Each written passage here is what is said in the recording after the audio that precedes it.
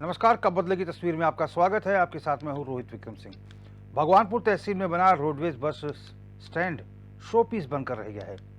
इस bus stand को तैयार करने के लिए लगभग 82 लाख रुपए का खर्च आया था, मगर इतना पैसा खर्च करने के बाद भी भगवानपुर विधानसभा क्षेत्र की जनता को इस बस स्टैंड का कोई फायदा नहीं पहुंच रहा है, क्योंकि रोडवेज बस स्टैंड के अंदर नहीं जाती। ये रिपोर्ट खराब है, यहाँ पे कोई सेवा नहीं है। बस पे हमें यही भी कराना चाहिए। हमारा रोडवेज अड्डा है, रोडवेज अड्डा हमारे थोड़े के करीब है, करीब 500 मीटर के करीब है और कोई बस नहीं मिलती है।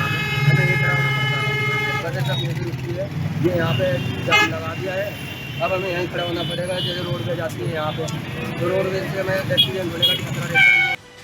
जब हमारी कांग्रेस की सरकार उत्तराखंड में थी, उस वक्त भगवानपुर विधानसभा क्षेत्र की एक डिमांड थी कि यहाँ पर बस अड्डे की व्यवस्था का समाधान निकलना चाहिए, बस अड्डा यहाँ होना चाहिए। उसको मद्देनजर रखते हुए हमारे तत्कालीन मुख्यमंत्री हरीश रावत जी और उस वक्त के काबीना मंत्री श्री सुरेंद्र राकेश जी ने ये एक बहुत अहम रोल अदा करके इसको यहाँ पर भगवानपुर बस अड्डे का निर्माण कराने का कार्य किया था, जिसका मैं क्रेडिट जो है कांग्रेस सरकार और सुरेंद्र राकेश जी को देना चाहता हूँ। असल में कांग्रेस का काम था जनता की आवाज को सुनकर उसका समाधान निकालना। बस अड्डे का निर्माण हुआ, उसके बाद हमारी सरकार चली गई और जो फिलहाल बीजेपी की सरकार है 2 टर्म से वो काम कर रही है। तो ये दायित्व उनका बनता था कि जो जनता की लागत से यहाँ पर ये बस अड्डे का निर्माण हुआ उसको शुरू कराने का कार्य सरकार को करना चाहिए, क्योंकि नहीं हो जब यहाँ पर बस अड्डा बना और उसके बाद में यहाँ पर हाईवे बनना था, तो उनको कोई व्यवस्था यहाँ पर बनानी चाहिए थी, जिससे कि फ्लाईओवर न बनकर यहाँ पर अंडरपास का कोई व्यवस्था ऐसी बनती, जिससे कि बसों की आवाजाही करने का काम होना चाहिए था। तो मैं समझता हूँ ये विभागीय फेलियर है। अभी यहाँ बस तो रुकती नहीं रोडवेज अड्डे में, क्या फायदा इसका रोडवेज अड्डे का बने हुए का, जब ना तो वहाँ सवारी ना कोई वहाँ सुविधा ना कोई। रोडवेज अड्डे का था क्या फायदा? जो आदमी 10 रुपये खर्च करके अड्डे पे आ रहा, क्या लेना राजू? आदमी अड्डे में यहाँ होगा, रोडवेज अड्डा वहाँ, आप पैदल यहाँ होगा, चल कहाँ से ड्यूटी पर लगा। तो ये हालत है भगवानपुर के। बस स्टैंड बना दिया, 82 लाख रुपए खर्च कर दिए, 3 पीआरडी के जवान तैनात हैं, विभाग सैलरी दे रहा है, पता नहीं किस चीज़ की सैलरी दे रहा है, वो तो विभाग ही जानता है। सरकार ने बनवा दिया लेकिन लाभ नहीं मिल पा रहा जनता का। तो ऐसे निर्माण कार्य का औचित्य ही क्या है, जब जनता को सड़क से ही बस पकड़नी है। इस आदर्श बस स्टेशन का निर्माण इस वजह से कराया गया था कि जनता आएगी, प्रॉपर तरीके से यहाँ पर इंक्वायरी होगी कि फला बस कब आ रही है, ये गाड़ी कब आएगी, कब डिपार्चर है, अगली गाड़ी कब किस समय आएगी। ये कोई सुविधा नहीं मिल पा रही वहाँ पर जनता को, और जो यात्री हैं वो धूप में बरसात में यहाँ पर परेशान होने को मजबूर हैं। लेकिन ये सिर्फ एक शोपीस बनकर रह गया है, ये भगवानपुर का आदर्श बस स्टेशन। हमारे संवाददाता मुरसलीन अलवी फोन लाइन पर हमारे साथ जुड़ गए हैं। मुरसलीन, ये रिपोर्ट जो आपने भेजी है, ये कहीं ना कहीं ये शासन प्रशासन की पोल खोलती है कि ये 82 लाख रुपए जो खर्च हुए हैं, ये जनता के टैक्स के पैसे हैं, हमारी और आपकी जेब से गए हुए पैसे हैं, और जनता के विकास के लिए ही, जनता को सुविधा देने के लिए ही इस बस स्टेशन का निर्माण कराया गया। और बड़े ताज्जुब की बात है, कोई एम्प्लॉय तैनात नहीं किया गया है, और ऊपर से पीआरडी के जवान की तैनाती कर दी है ताकि इसकी सुरक्षा करे। ये कोई ताजमहल है कि उसकी सुरक्षा के लिए 3 पीआरडी जवान लगा दिए हैं? मैं आपको बता देना चाहूंगा, भगवानपुर की जनता को बस स्टैंड के रूप में तोहफा दिया गया था, लेकिन इस बस स्टैंड का कोई भी लाभ मिलता नजर नहीं आ रहा है। जो हमने यात्रियों से बात की थी, यात्रियों का साफ तौर से कहना है, बरसात का मौसम हो या धूप हो या छाँव हो, हमें रोड पे ही खड़े होकर बस की प्रतीक्षा करनी पड़ती है। हमें स्टैंड पर कोई भी बस नहीं मिल पाती, इसमें काफी समस्या का सामना यात्रियों को करना पड़ रहा है। जी, लगभग कितनी संख्या में यात्री यहाँ से गुजरते हैं, कहाँ कहाँ के लिए बस उपलब्ध होती हैं? जी मैं आपको बता दूंगा, लगातार हजारों की संख्या में यहाँ पर यात्री गुजरते हैं। सहारनपुर डिपो की बात कीजिए, छोटमलपुर डिपो की बात कीजिए, देहरादून, दिल्ली, मुजफ्फरनगर, आपका हरिद्वार, रुड़की की बसों की बात की जाए, सैकड़ों बसें यहाँ पर गुजरती हैं। इसमें खड़े होकर प्रतीक्षा करनी पड़ती है।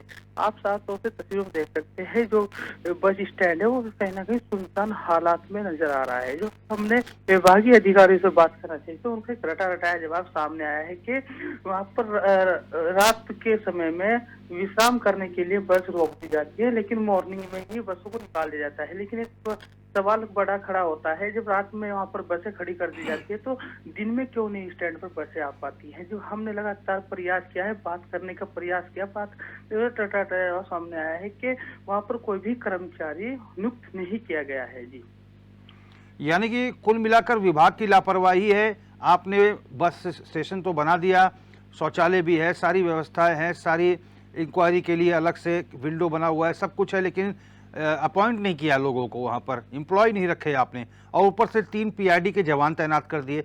ये पीआरडी के जवान क्या चौकीदारी करने के लिए हैं कि जो बसें वहाँ पर पार्किंग में रात में सिर्फ पार्क होने के लिए आती हैं, सुबह निकाल दी जाती हैं? क्या वो सिर्फ इनकी निगरानी के लिए हैं या फिर जनता की सुरक्षा के लिए है और इस बस स्टेशन की हिफाजत के लिए है? मुरसलीन, मैं आपको बता देना चाहूंगा, जनता की सुरक्षा की अगर बात की जाए तो वहाँ पर कोई भी बस नजर नहीं आती है। यात्री आज भी धूप हो या छाओ या बरसात का मौसम हो, रोड पे खड़े होकर प्रतीक्षा करते हैं, घंटों घंटे खड़े होकर बसों की प्रतीक्षा। चलिए मुरसलीन आप फोन लाइन पर बने रहिए, अपना फोन कट मत करिएगा, हम आपके लगातार संपर्क में हैं। और मुरसलीन परवेज कांग्रेस नेता हमारे साथ फोन लाइन पर जुड़ गए हैं। नसीर परवेज जी कांग्रेस नेता हमारे साथ जुड़ गए हैं। नसीर जी, बहुत स्वागत है आपका चैनल में। धन्यवाद सर, धन्यवाद, बहुत बहुत धन्यवाद। नसीर जी, भगवानपुर का ये आदर्श रेलवे स्टेशन, जो रेलवे बस स्टेशन जो है, इस बस स्टेशन को बनाने में लगे 42 लाख रुपए, और उसमें सारी व्यवस्थाएं हैं, शौचालय की व्यवस्था है, सब कुछ है। और खबरें ये आ रही हैं कि रात में सिर्फ बस जाती है वहाँ पर, रात में वहाँ पर पार्किंग की तरह उसको इस्तेमाल किया जाता है और सुबह बसें निकाल दी जाती हैं। 3 पीआरडी के जवान भी तैनात है जिनको विभाग की ओर से सैलरी दी जा रही है, लेकिन परिवहन निगम का कोई कर्मचारी वहाँ तैनात नहीं है। ऐसे में जनता को सड़क पे ही बसें पकड़नी पड़ती हैं, धूप हो बरसात हो, परिवार संग, छोटे छोटे बच्चों संग, बुजुर्गों संग सड़क पर खड़े होकर बसों का इंतजार किया जाता है। आखिर ये अव्यवस्था क्यों है? जब इसका उपयोग करना ही नहीं था तो इसको बनाने का क्या औचित्य था? देखिए सर, मैं इसमें एक बात कहना चाहूंगा कि जब ये यहाँ पर भगवानपुर क्षेत्र में बस अड्डे की बहुत सख्त जरूरत थी, और ये जब हमारी कांग्रेस की सरकार थी, हमारे हरीश रावत जी यहाँ पर मुख्यमंत्री थे और श्री सुरेंद्र राकेश जो भगवानपुर से परिवहन मंत्री थे, तो जनता की समस्या को देखते हुए यहाँ पर बस अड्डे का निर्माण किया गया। लेकिन मेरी समझ में बात नहीं आ रही कि विभागीय फेलियर इतना जबरदस्त है कि जब यहाँ पर हाईवे बन रहा था और उससे पहले, उसके बाद में पहले हाईवे बनने का प्रस्ताव आया, उसके बाद में बस अड्डा यहाँ बना, तो इनको पहले से ही ऐसा कोई प्रोविजन लेके चलना चाहिए था विभाग को कि यहाँ हाईवे जो है, यहाँ पिलर वाला अगर यहाँ पर ब्रिज बनता वो तो ज्यादा बेहतर रहता, जिससे कि आवाजाही बहुत आसान रहती। अब चूंकि सर्विस रोड है, साइड में छोटा रोड है, बस अड्डा जनता की रिक्वायरमेंट के हिसाब से बनाया गया, लेकिन जैसे ही हमारी सरकार बदली तो ये बीजेपी की सरकार जो 2 टर्म से काम कर रही है, इन्होंने इसको बिल्कुल जो है पेंडिंग खाते में डाल दिया। और अब जवाबदेही के लिए इन्होंने जो यहाँ पर 3 पीआरडी के जवान जो है वो नियुक्त किए हैं, जो कि बेकार में पैसा जो है वो बर्बाद किया जा रहा है। मेरी समझ में बात नहीं आ रही कि जब यहाँ बस रुकती है और यहाँ पर जो है इस पीआरडी के जवानों की नियुक्ति की जरूरत क्या थी, ये इसका जवाब जो है भारतीय जनता पार्टी की सरकार को देना होगा। यानी कि प्रवेश जी, जो आप कह रहे हैं कि इस जो बस स्टेशन है इसका इस्तेमाल किया जा सकता है, ऐसा नहीं कि इसका इस्तेमाल नहीं किया जा सकता? किया जा सकता है सर। तो आखिर क्या मानते हैं इस बाबत? चूंकि विधायक भी आपकी है ममता राकेश जी, हमने देखा है कि क्षेत्र में भी वो सक्रिय रहती हैं, इस बाबत कभी सरकार से कभी पत्राचार हुआ हो या सरकार से कभी कहा गया हो कि साहब इसको कम से कम अपने जो अधिकारी हैं उनको टाइट करिए, यहाँ पर जनता को बहुत दिक्कतें आ रही हैं? देखिए, ऐसा है, जब सुरेंद्र राकेश जिंदा थे, वो परिवहन मंत्री थे, तो उस वक्त की बात में, और आज चूंकि उस वक्त कांग्रेस की सरकार थी, आज भारतीय जनता पार्टी की सरकार है, भले ही हमारे कांग्रेस की विधायक ममता राकेश जी जो है यहाँ पर विधायक हैं, लेकिन वो बार बार जो भी पत्राचार जो उनको करना होता है वो करते हैं। और उसका नतीजा ये है, जब भी उन्होंने लिख के दिया है कि इस बस अड्डे को यूज में लाया जाए, तो तब इन्होंने पीआरडी के जवानों की यहाँ पर नियुक्ति कर दी है। मेरी समझ में ये नहीं आ रहा है कि बसों को आने में क्या दिक्कत हो रही है। भाई, रात को जब बसें खड़ी होती है तो दिन में क्या दिक्कत, सर्विस रोड से बसें निकले। और सुरक्षा के लिहाज से भी नसीर जी बहुत सही है, महिलाएं हैं, छोटे छोटे बच्चे हैं, बुजुर्ग हैं, अगर वो बस स्टेशन में रहेंगे तो कम से कम हिफाजत से तो रहेंगे और खामोखा बस जो सड़क पर पैनिक जैसी स्थिति नहीं होगी। और नसीर जी, यहाँ से कहाँ कहाँ के लिए बसें जाती हैं और यात्री कहाँ कहाँ जाते हैं यहाँ से? देखिए, यहाँ से मेरे हिसाब से देहरादून, दिल्ली, सहारनपुर, हरिद्वार, मुजफ्फरनगर सब जगह जाते हैं। मैं ये एक बात मानता हूँ, एक बात मैं कहना चाहता हूँ आपके माध्यम से, सरकार को चेताना चाहता हूँ कि इस बस अड्डे का इस्तेमाल हो सकता है। अगर आप इसको देहरादून के लिए नहीं कर सकते, अगर आप इसको सहारनपुर के लिए नहीं कर सकते, अगर आप इसको, आपको लगता है कि सर्विस रोड छोटा है, तो आप कम से कम इसको लोकल के लिए तो इस्तेमाल कर सकते हैं। जो हमारा जितना भी देहाती विधानसभा भगवानपुर क्षेत्र में लगा हुआ है, तो वहां तो आप सर्विस दे ही सकते हैं जनता को। इसका फायदा तो हो सकता है, जब इसमें इतना पैसा लगा है तो इसका यूज तो करना चाहिए ना सरकार को। आप वजह क्या मानते हैं? क्योंकि वहाँ की जो क्षेत्रीय प्रतिनिधि हैं वो आपके विधायक है ममता राकेश जी, क्या ये प्रतिशोध की राजनीति हो रही है? राजनीति बेशक, चूंकि कांग्रेस की सरकार का दिया हुआ काम है, तो और ये भारतीय जनता पार्टी नहीं चाहती कि इसमें जो है कांग्रेस को क्रेडिट मिले इस बात का। और नसीर जी, अंदर जो तस्वीरें हमारे संवाददाता ने भेजी है मुस्लिम ने, उसमें देखा जा सकता है कि अंदर जो है अच्छा खासा स्पेस है बस स्टेशन के अंदर, काफी बसें खड़ी हो सकती हैं। जी, हो सकती है, लेकिन ये चूंकि वही आपने जो कहा ना, प्रतिशोध की राजनीति है। भारतीय जनता पार्टी की सरकार कतई नहीं चाहती कि जो कांग्रेस के लोगों ने काम किए उसका जो जनता में उनका बखान हो, और जनता उस बात को देखे कि भाई ये बस अड्डा जो है ये कांग्रेस सरकार ने या सुरेंद्र राकेश जी ने या श्री हरीश रावत जी की देन है। तो ये सिर्फ एक प्रतिशोध की राजनीति है, जिससे कि जो जनता की गाड़ी कमाई का पैसा है वो बर्बाद हो रहा है। चलिए नसीर जी, बहुत बहुत धन्यवाद हमसे बातचीत करने के लिए। और एक बड़ी बात ये भी है कि अगर ये बस अड्डा जो है चालू हो जाता है तो यहाँ पर कई लोगों को रोजगार भी मिल सकता है। यहाँ पर कैंटीन खुल सकती है और भी दुकानें खुल सकती हैं। परिवहन विभाग के तमाम लोगों को यहाँ पर समाहित किया जा सकता है, लेकिन पता नहीं क्यों यहाँ पर विभागीय जो अधिकारी हैं उनकी लापरवाही सामने आ रही है। जनता सब कुछ देख रही है और सब कुछ सहने को मजबूर है। राजेश सैनी जी भाजपा नेता हमारे साथ जुड़ चुके हैं फोन लाइन पर। राजेश जी, क्या कुछ कहेंगे? भगवानपुर का जो ये बस अड्डा है ये सिर्फ एक शो पीस बन के रह गया है।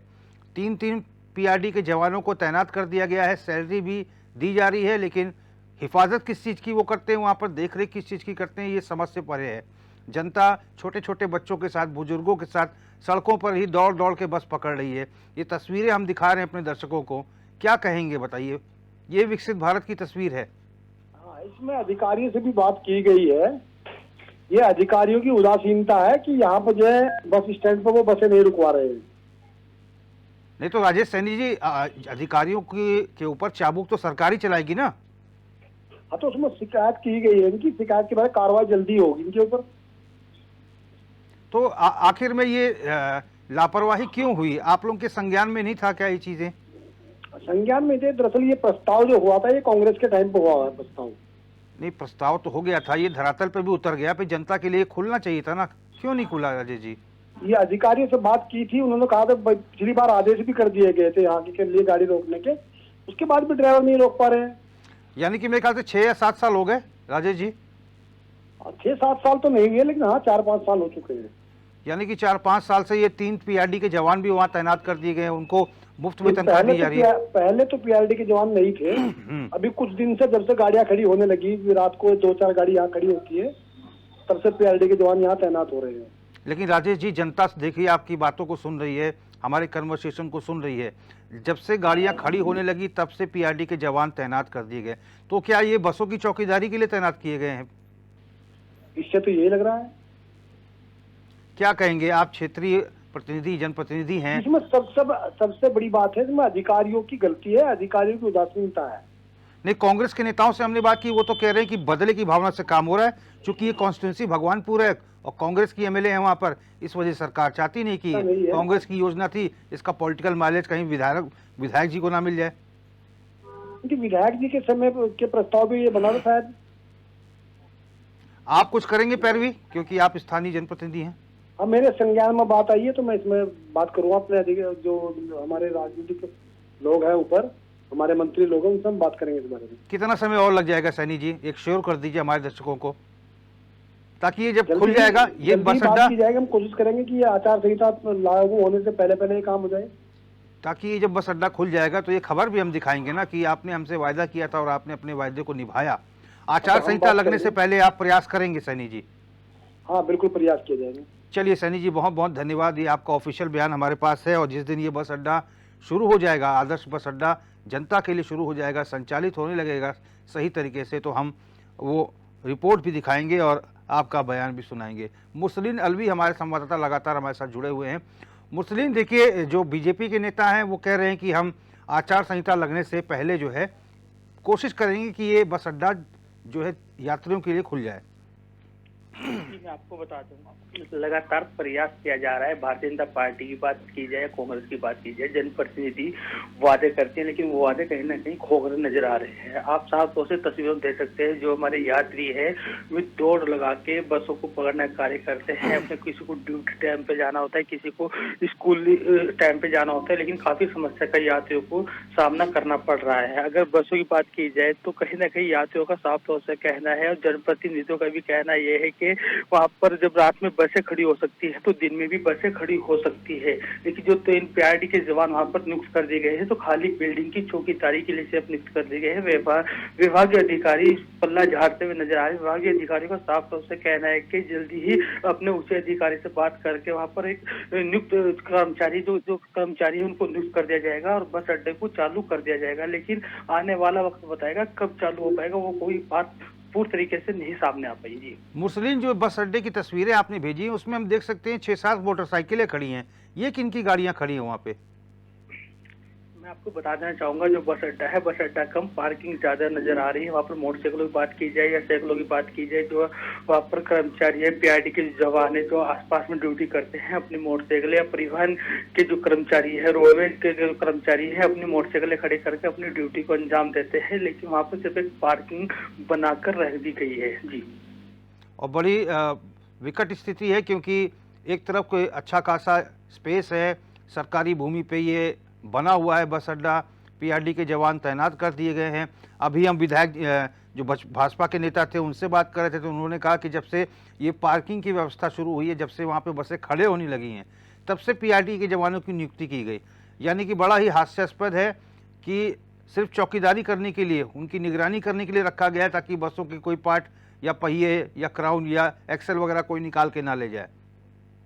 मैं आपको बता दूंगा, सिर्फ रात्रि के विश्राम के लिए उसको अड्डा को बना दिया गया है, बस स्टैंड नहीं, वो सिर्फ रात्रि विश्राम के लिए अड्डा बना दिया गया है। अब 3 से 4 बसें वहाँ पर रात में खड़ी होती है, जिनका चौकीदार पीआरडी के जवान करते नजर आ रहे हैं। यात्री की बात की जाए, यात्री आज भी रोड पे बसों की प्रतीक्षा करते नजर आ रहे हैं। बरसात का मौसम हो या धूप या छाव, छोटे बच्चे हैं या बुजुर्ग है या महिला है, वे रोड पे खड़े होकर घंटों घंटों बसों की प्रतीक्षा करते रहते हैं, लेकिन स्टैंड पर कोई भी बस नजर नहीं आती। जो हमने यात्रियों से बात की, यात्रियों का साफ तौर से कहना है कि हमको तो यहाँ तक ये भी नहीं पता भगवान में बस अड्डा है भी या नहीं, क्योंकि बस अड्डा जो बना दिया गया है वो काफी समस्या का सामना यात्रियों को करना पड़ रहा है। वहाँ पर कोई बस नहीं मिल पाती, कोई कर्मचारी नहीं मिल पाता, सिर्फ वहाँ पर पीआरडी के जवान वहाँ पर नियुक्त कर दिए गए हैं चौकीदारी के लिए, लेकिन वहाँ पर जो परिवहन का कर्मचारी है वहाँ पर कोई भी नियुक्त नजर नहीं आ रहा है, जिसमें काफी समस्या का सामना यात्रियों को करना पड़ रहा है। जो हमने इस बारे में जनप्रतिनिधियों से बात की, तो जनप्रतिनिधियों का एक ही रटा जवाब सामने आया कि जल्दी ही उच्च अधिकारी बात करी जाएगी और परिवहन द्वारा इसको चालू कर दिया जाएगा। चलिए मुरसलीन, आप फोन लाइन पर बने रहिए। सुबोध राकेश बहुजन समाज पार्टी के नेता है, हमारे साथ जुड़ गए हैं फोन लाइन पर। सुबोध जी, बहुत स्वागत है आपका एचएनएन में। जी, धन्यवाद। सुबोध राकेश जी, भगवानपुर की जनता के लिए एक बस अड्डा, आदर्श बस अड्डा दिया गया तत्कालीन जो है कांग्रेस सरकार में। ये बस अड्डा अभी तक जनता के लिए खोला नहीं गया और सब कुछ बना हुआ है, वहाँ पर शौचालय है, सब कुछ है, इंक्वायरी रूम, सब कुछ बना हुआ है, लेकिन वहाँ पर विभाग की तरफ से स्टाफ की तैनाती नहीं की गई। आलम यह है कि छोटे छोटे बच्चों के साथ, बुजुर्गों के साथ, महिलाओं के साथ लोग सड़कों पर दौड़ दौड़ के रोडवेज की बसें पकड़ने को मजबूर हैं। आखिर क्या है ये, आपके क्षेत्र में क्या हो रहा है सुबोध जी? बिल्कुल, आप बिल्कुल सही कह रहे हैं मान्यवर। देखिए, ये भगवानपुर विधानसभा का दुर्भाग्य है कि स्वर्गीय सुरेंद्र राकेश जी जैसे कद्दावर नेता, जिनका सपना था ये बस अड्डा हमारा भगवानपुर का, और भी मेडिकल कॉलेज वगैरह बहुत सारे ऐसे मामले थे जो उनके जाने के बाद कहीं ना कहीं वो काम आगे नहीं बढ़ पाए। लेकिन एक रोडवेज बस अड्डे के नाम पे एक ऐसी व्यवस्था यहाँ पर बनाकर खड़ी कर देगी मात्र दिखावे के लिए कि यहाँ रोडवेज बस अड्डा बना है। जब से रोडवेज बस अड्डा बना है आज तक एक रोडवेज की गाड़ी इस पे नहीं रुकी, ना कोई स्टाफ यहाँ पर रखा गया है, ना कोई व्यवस्था बनी है। जुए का अड्डा बना हुआ है, शराबियों का अड्डा बना हुआ है, और अच्छा, ये सब भी होता है? का अड्डा बना हुआ है, ना कोई रोडवेज कर्मचारी की व्यवस्था है, ना कोई सिस्टम है। मेरा मतलब कहने का यह है कि ये उन जनप्रतिनिधियों से सवाल बनता है जिनके माध्यम से ये व्यवस्था यहाँ पर की गई है। यानी और कि निश्चित रूप से हाँ। भगवानपुर विधानसभा में स्वर्गीय सुरेंद्र राकेश जी ने यहाँ की ग्रामीण क्षेत्रों के रूट पे भी बसों को लगाने का काम किया था। उसको तो आप छोड़िए, वो तो बहुत पहले हट चुकी हैं। भगवानपुर का मेन बस अड्डे पे भी रोडवेज गाड़ी नहीं रुकती है। ये दुर्भाग्य हमारा इस क्षेत्र के निवासियों का है कि उनके जाने के बाद ऐसे नेता यहाँ पर इस व्यवस्था को संभाले हुए हैं जो सिस्टम को नहीं समझ पा रहे हैं, ना कुछ कर पा रहे हैं। ये हमारे लिए बड़ा सोचनीय विषय है। और निश्चित रूप से मैं कहना चाहता हूँ कि अपने बड़ों की जो मान सम्मान का जो सिस्टम उन्होंने जो सपना इस क्षेत्र के लिए देखा था, उस सपने की लड़ाई को उन लोगों को लड़ना चाहिए और निश्चित रूप से उसे कहीं ना कहीं हल्का फुल्का थोड़ा बहुत तो कहीं करके दिखाएं, जिससे कि जनता को ये विश्वास हो कि कुछ ना कुछ उनके लिए हो रहा है स्वर्गीय सुरेंद्र राकेश जी के जाने के बाद। ये बड़ा दुर्भाग्य का विषय है कि रोडवेज बस अड्डा मात्र शोपीस बन के रह गया है। कोई व्यवस्था वहां पर नहीं है। अपने यहाँ पर जो इस क्षेत्र की वर्तमान सम्मानित विधायक हैं, उनके माध्यम से कोई प्रयास नहीं किया गया, कोई व्यवस्था नहीं की गई है। और आज तक मैं दावे के साथ कहना चाहता हूँ, इतने उसके व्यवस्था के बाद भी इतने सदन चले हैं, सत्र चले हैं, कहीं भी ये सवाल भी आज तक उनके माध्यम से नहीं उठाया गया, वरना निश्चित रूप से कुछ न कुछ व्यवस्था वहां पर इस क्षेत्र की जनता के लिए हो गई होती। ये बड़ा सोचना ही विषय है। ये भी जो नसीर परवेज जी हैं, इनसे हम बातचीत कर रहे थे, कांग्रेस नेता अभी थोड़ी देर पहले, सुबोध जी, तो उन्होंने कहा कि ऐसा लग रहा है कि सरकार बदले की भावना से काम कर रही है, क्योंकि ये प्रोजेक्ट जो है कांग्रेस की सरकार में लॉन्च हुआ था। देखिए, कांग्रेस की सरकार में हुआ जरूर था, स्वर्गीय सुरेंद्र राकेश जी के माध्यम से हुआ था। स्वर्गीय सुरेंद्र राकेश जी उस समय के परिवहन मंत्री थे। जी, उनके माध्यम से ये व्यवस्था की गई थी और ये बनी है बीजेपी की सरकार में, ये अलग विषय है। लेकिन मेरा कहने का मतलब ये इसमें नासिर परवेज जी से भी है और कांग्रेस पार्टी के और जो नेता यहाँ पर है उनसे भी है कि विपक्ष का क्या काम है। अगर आपकी सरकार नहीं है तो कम से कम अपनी आवाज को बुलंदी के साथ उठाइए तो सही। और अभी तो मंच दिया है जनता ने, उस मंच पर जाकर उस आवाज को उठाइए, जिससे कि आवाज सरकार के कानों में जाए। और बिल्कुल सुबोध जी, और कम से कम इस समय तो विधानसभा का सत्र भी चल रहा है, अपने प्रश्न लगाइए विधानसभा में और प्रश्न उठाइए कि आखिर ये लाखों की रकम फूंक कर यहाँ पर बस अड्डा तैयार किया गया, उसके बावजूद भी अगर जनता को सुविधा नहीं मिल पा रही है तो फिर ऐसी सरकार का और ऐसे नेता का क्या फायदा, ऐसे जनप्रतिनिधि का क्या फायदा जो जनता को सहूलियत ना दे सके। सुबोध राकेश जी, बहुत बहुत धन्यवाद। मुरसलीन अलवेली हमारे संवाददाता भी हमारे साथ जुड़े हुए थे। मुरसलीन, आपका भी बहुत बहुत धन्यवाद।